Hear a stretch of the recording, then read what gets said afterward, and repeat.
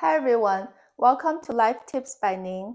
In today's video, I'm sharing how to analyze a Bazi chart if your daily master is a young earth called Wu in Chinese, looking like this, born in the fall season. Because the dominant element for fall is metal and earth grows metal, so metal is something me and myself produce and generate. It equates to this self-expression, self-creativity, and this strong desire to express and share my opinions with the world. It also means this person is super eloquent. So fall-born young earth people not only have this strength of this young earth, which is associated with solid earth, super reliable, stable, unchangeable. So they're trustworthy and very steady. But in addition, they have this metal-like, very calm and critically thinking about the situation, and quickly they can analyze the case and eloquently kind of showcase their opinion and conclusions of a situation. They're super eloquent and expressive. So that's kind of the general trait of this fall-born young earth people. But in order to analyze a favorable element, the first step is to understand what's the point of existence for this daily master. And then once we understand that, the second step is how would the remaining 7 letters work together so it can create this optimal environment for this daily master to showcase its strength.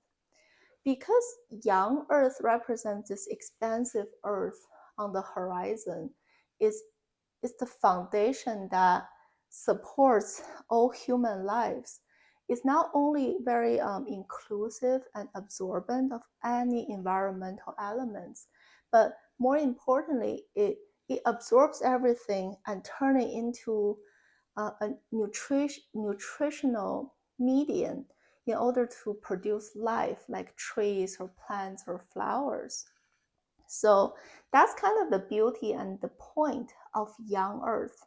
It's very inclusive. It's about producing and generating life. So the second question is, what kind of environment does it require to do its job? So think about the frozen earth during winter time. If it's so cold and wet, it's not able to produce life. That's why it needs sun, which equates to young earth, called Bing in Chinese. It really needs that warmth in the environment to balance the whole Bazi chart. But on the other side, it also needs rainwater, because if you think about the deserty, kind of so dry earth, the surface already cracked. It also is unable to produce life. That's why it needs also like yin water, which represents the rain. So it's kind of a tricky balance between this yang fire and yin water working together to create this optimal environment so that the earth can produce plants. Knowing this kind of a foundational theory, zooming into this fall season, you have 3 different earthly types for position number 6 in any Bazi chart. So if your birth month is in August, you'll look like this in your chart called Shen in Chinese. That's a young metal type. This is kind of the beginning of fall, which means the yang, the fiery wood type of element is actually trending on the downhill momentum, heading into fall and winter, whereas the metal and water type of colder, calmer energy which represent the yin type in Tai Chi chart. That yin energy is getting stronger and stronger, and yang energy is dying down. Because of that external environment, the number 1 favorable element will be using yang fire to combat this fading away yang strength, so that it can ensure it's not too cold and wet for this young earth to do its job. Secondarily, you also need this yin water, which represents rainwater, to moisturize this earth medium to do its job.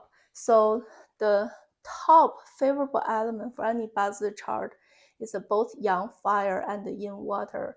On the condition your Bazi chart has a very strong element identified here, this yang wood would be like icing on the cake. It's not a must-have.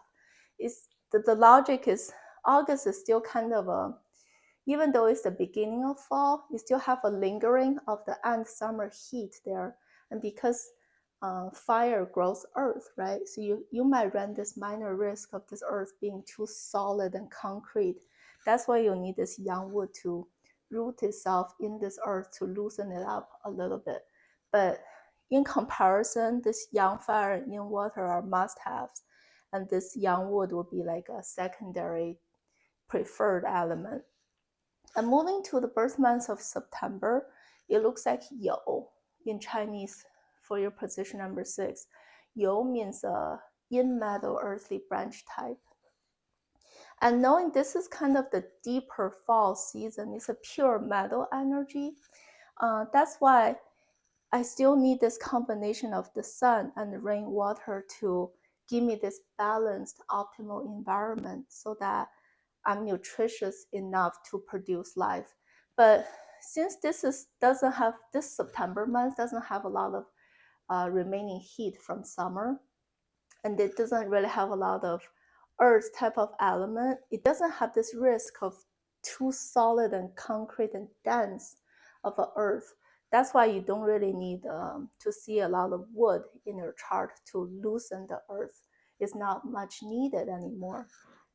Last but not least is October. This is a transitional month from fall to winter. Because the main qi for this October earthly branch is a yang earth type, and it also has remaining qi of fire in this xu type of earthly branch. So I'm already fairly strong because position number 6 is the most influential factor in the Bazi chart. And I know it's either fire, which grows myself, or another young earth, which is the same as me. I'm already fairly steady and solid. That's why my number 1 favorable element will be a young wood, because my biggest risk is this earth is unusable because it's too dense. And the wood works in terms of loosening up the soil. And then pairing with yin water, not only water grows wood to make this wood very strong and useful, but water also plays this role of bring moisture into this earth before it gets too dry and hard.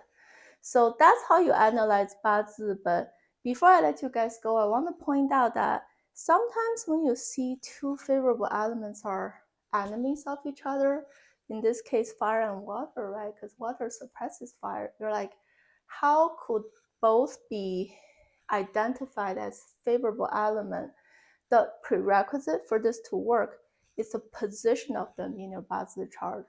For example, if you have a fire and water right next to each other in position 1 and 2, that's not as ideal, because being neighbors, they fight with each other and the strength both get reduced, and it kind of brings this favorable element not super useful.